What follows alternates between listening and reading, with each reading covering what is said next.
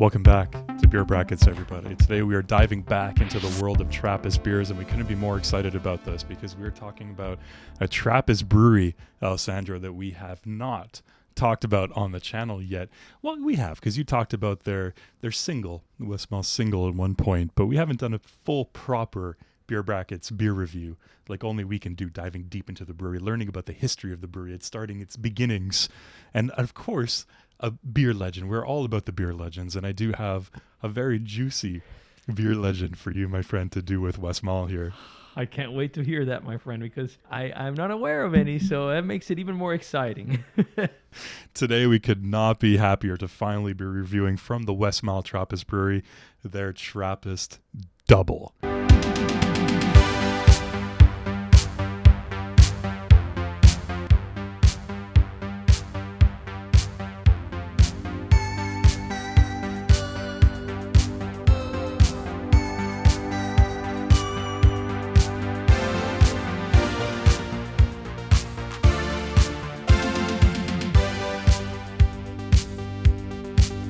This is a very, very, very highly rated, highly regarded beer that neither of us have tried before. And so, buddy, today we're going to crack it open. We're going to go over all our 5 review elements, and we're going to find out what score on 5 the Westmalle Dubbel comes out with. This is going to be amazing. So excited. Like it's rare that we get to have beers that none of us have tried. Like, I mean, we have somewhere maybe one of us hasn't, totally. But not many where we both have not. Like, so this is a special occasion. The Trappist Abbey in Westmalle was founded in June 1794. So, my friend, there's quite a history to this abbey in Westmalle. Now, the subject of the future beer legend here, Martinus Dom, a very, very interesting man, was the first abbot of this abbey, and he was the one that decided that they would eventually brew their own beer. And the first beer was brewed in August of 1836. But remember that name, my friend, Martinus Dom. It is going to come back.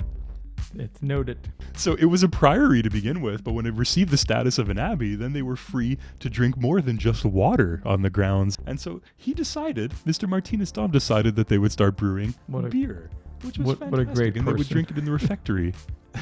Yeah. And so the first beer is described as light in alcohol and rather sweet. But then in the middle of the 1800s, they started to brew a second beer, a stronger brown beer, which eventually became this Dubbel. The recipe changed along the way to become a little bit higher in alcohol, a little bit stronger, but it's based off that original recipe from 1856. I love these introductions because they just kind of make you feel as you're walking in the abbey and sitting there with the monks. It's so perfect. I love it, man. So now we have a really good idea of the significance of Westmalle. But to just cap off, put the cherry on the beer sundae, my friend, of the significance of this Trappist brewery, I must reveal this beer legend to you. So you remember the name of Tell me. I love how excited you are. It's amazing. The name Martinus Dom, the first ever abbot of the Westmalle. He was a member of the Napoleon army. And so when Napoleon was eventually defeated, he returned back home, and he lived a life of luxury, and he was a party boy. He was known in the town for being a very, very over-the-top party goer, as it says, who loved to imbibe in the brews and loved to drink lots of beer and party and, and see all the townswomen as he saw fit. This crazy lifestyle that he was living eventually led to, and this is what it says in the beer documents, many brawls with his father at home. And so this is interesting because it's always the fights with the fathers that we're discovering in our beer history that lead to these things. Many fights with his father. He didn't try to kill him like we've seen before in other beer legends. There's a dynamic there. So, because of this turbulent lifestyle, he eventually went on a pilgrimage, they said. And his goal was to see, he had 2 life paths that he could choose. And one of them was to get married and settle down and apologize for his sins to the Lord above. And the other one was to join the Westmalle Abbey and become a man of faith. And so he left it all up to fate, my friend. And what he did was he decided to take off his hat, and he flipped his hat over. And if his hat landed open side up, then he would join the Westmalle Abbey and become a man of the cloth. And if it landed downward, then he would marry, and he would return home to his father, who he would have vicious brawls with and would beat him. And he would become a regular peasant back in his town. And so obviously it landed open side up and he joined the Westmalle Abbey. So, people talk about Westmalle as being one of the original founders of Trappist beer. So if his hat had landed downward, we wouldn't have most likely many, if not all of these Trappist beers that we enjoy today. That's a wonderful legend, my friend. Like it just makes everything so much better. And it's an interesting thing to think about that, like, the transition, obviously, like, I'm sure for the better of him, like I'm sure he found like some other good things in the Abbey, but one of the things that he did from his previous experience was bringing his love of beer also side of the Abbey. And it seems like that, he did a good job if those beers are still around. Exactly. I think we're ready to open these beers, my friend. Let's get started. I am dying to try this double. Let's see how it does. Ooh, this is... Love that hiss. Ooh. This is the first Westmalle beer that I've ever tried. This is going to be exciting, my friend. This is going to be very exciting. I've never had one of their beers before. Comes in at 7%. Oh, here we go. Ooh.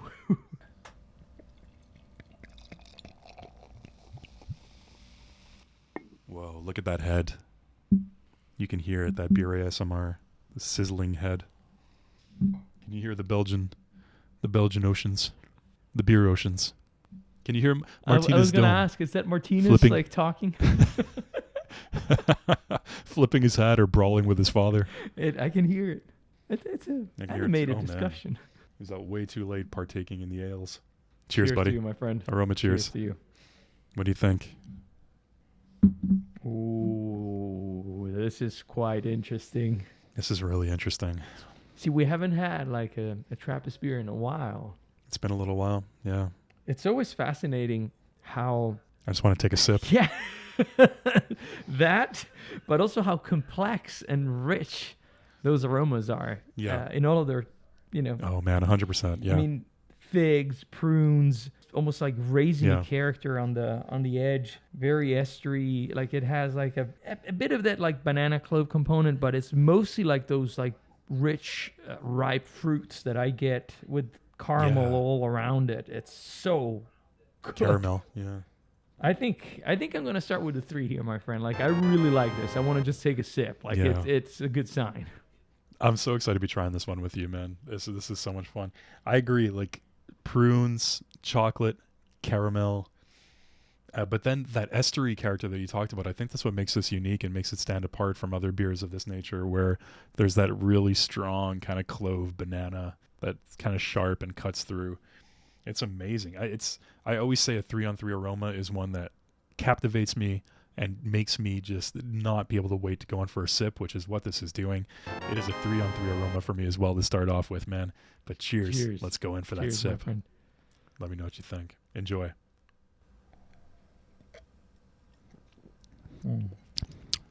Oh, that evolves.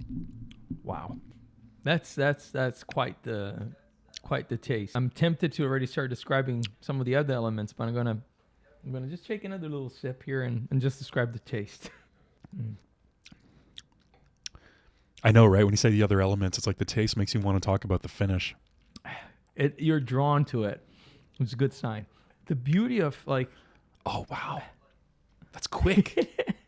It's like a quick change. Isn't it? Yeah, that's it. Like it takes you on a roller coaster.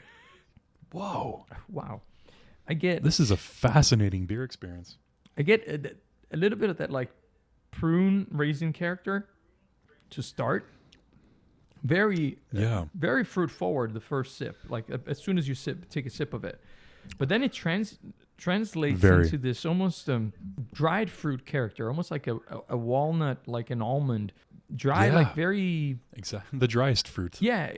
It of the nut variety. It has like this very unique way of almost like flipping character. It's like, oh my God, fruit forward, and now like it goes to that like almost dried fruit very quickly with that almost like bitterness. Yeah. Sure, from the hops, like, but it's very well done. I don't see any flaws other than like I just want to take another sip. So that's a 3 for me, my friend. What do you think?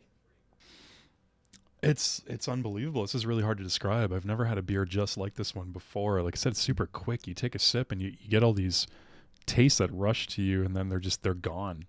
and they change into something different, and then they just dissipate in the wind. They disappear into the beer wind, my friend, and they just become distant beer memories. Actually, not so distant beer memories, recent beer memories off in the distance. It's unbelievable. Like you said, like, yeah, nuts, like walnut, chestnut, anything of that nature. You're definitely getting that. Again, fruit, like dark fruit. You don't so much get the chocolatiness, or I don't, at least, that I got off the aroma, but everything else is still there. It's so interesting. I can't stop going in for a sip because I just want to experience that taste over and over again. It's a 3-on-3 for me too, man. This is fantastic. Very unique, but very not, it doesn't overwhelm your palate. It piques your interest.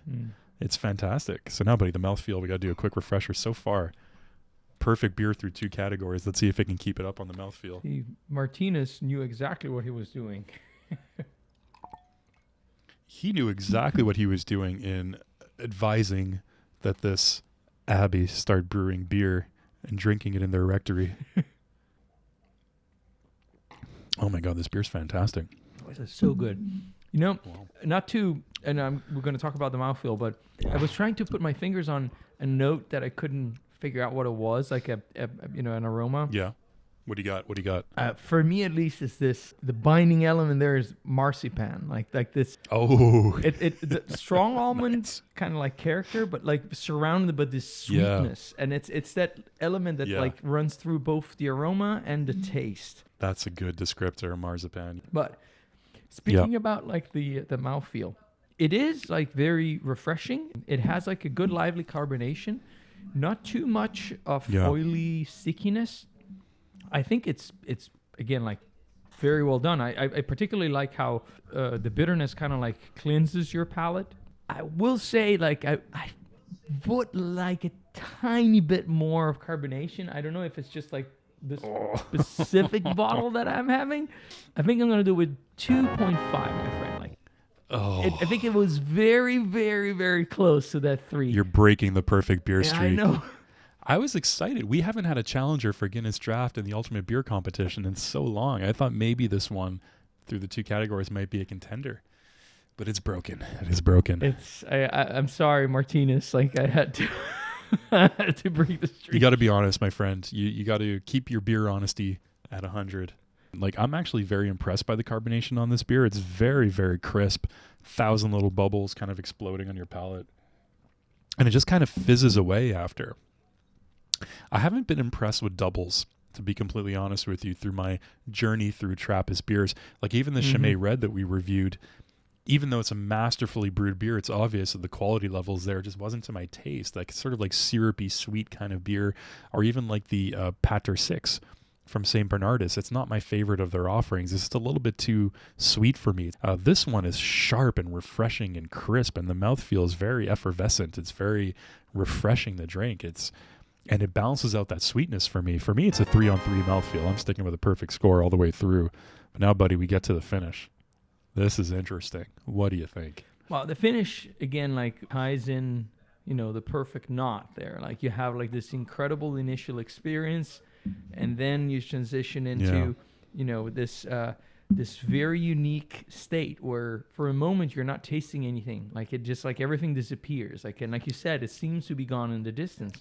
But then on the finish, you have like a few notes coming back, at least for me, like almost like a jam that like kind of like lingers a little bit, surrounded by those, almost almond notes. I said marzipan, but like at this point, it becomes more like a walnut. But what I like about it is that it's not cloying, it's not overly sweet, and it's not overly bitter. It just has like that right balance that like all the way around, like in the finish, like it just showcases like some of the elements and invites you back into the glass. So 3-on-3 on the finish. Yeah. I really enjoy that.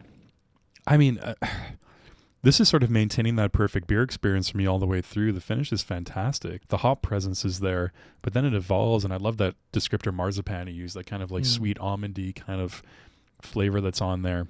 A little bit of chocolate, a little bit of dark fruit, a little bit of those estery characters, but it's so crisp and then it's gone. It evolves for 2 seconds and then boom, it's completely gone. And it's amazing. This is beer wizardry at its finest, my friend. I do not know how they pack that much character into a beer's taste and finish for it just to disappear after 2 or 3 seconds and leave no lingering aftertaste whatsoever. This is unbelievable. It's a 3-on-3 finish for me, man. Now we get down to the overall beer experience for the Westmalle Dubbel from beginning to end. What do you think? Well, I will say, my friend, like this beer has definitely surprised me quite a bit, and for 2 main reasons. Yeah. I hadn't found a double that I was like, very impressed by. Like in the sense, like, yeah, sure, it's just, as a style is something that I understand but I hadn't found one that really. So I was walking in the review a little bit thinking, oh, okay, I have some comparison, some others that I've had. And the other element, obviously their triple, which I've had the chance to try, which is, like I was telling you right before the review, is definitely my favorite of the style. Like I think like it's absolutely masterfully crafted. And so I was curious. Yeah. I will say they have delivered, and they probably, even from my point of view, like it's even more surprising because coming from having not better experience but less good experience with doubles, like it's quite remarkable. I'm going to give them a 3-on-3 because they deserve it. It's very, very well done, like incredible. It's definitely something I would want to experience again. Yeah, I would love to try this beer on tap. That would be a fantastic experience. I wonder what this is like if you can get it really, really like a fresh keg in Belgium. Mm-hmm. This has been very unique for me. I think I came in with high expectations because of the reputation that this beer has and because of the reputation that Westmalle has in general. This just blew me away. I'm at a bit of a loss for words because from beginning to end, it's just been such a complete beer experience in the sense that it's surprising, it's impressive, it's unique, it's delicious. It's everything that you want from just picking up a beer and trying something and experiencing it from beginning to end.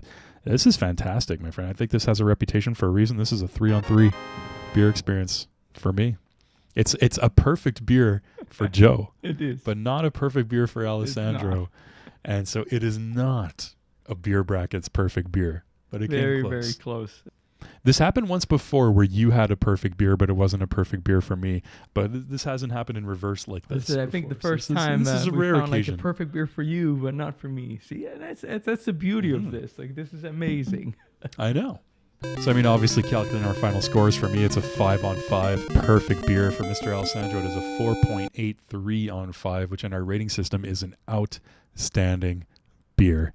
As always, if you are curious to learn more about our rating system, check out a link in the description of the video down below. If you did like this video and you do want to see more of our reviews and videos in the future, hit that subscribe button. Hit that little like beer bell. If you don't hit that, you're not going to see the episodes. So make sure you hit that down below. Thanks for joining us, everybody. Let us know down below what you think about the Westmalle Dubbel. What's your favorite offering from Westmalle? Let us know. Whatever you do. And don't forget to close your beer brackets. Cheers. Cheers, everybody.